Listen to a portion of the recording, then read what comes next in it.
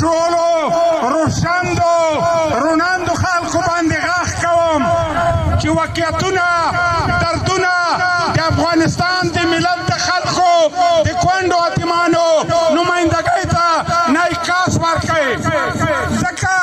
جنګ هر چېرته چې وي بیا هم جنګ ده موږ جنګ په فلسطین کې هم محکوموو په افغانستان کې امنیت تامین دی د افغانستان تقریبا دغسې حکومت چې ټوله ملت د هغه تر شا ولاړي تر دا اوسه پورې په دا څو کالو کې دغسې حکومت نشته چې ټوله شهراوي امنیت وي د افغانستان امنیت تامین دی ارزو مې دغه ده د افغانستان خصوصي طور د ټولې دنیا سره خپل اقتصادي اړیکې منظمې غواړي د افغانستان د اقتصادي مفاداتو په رڼا کې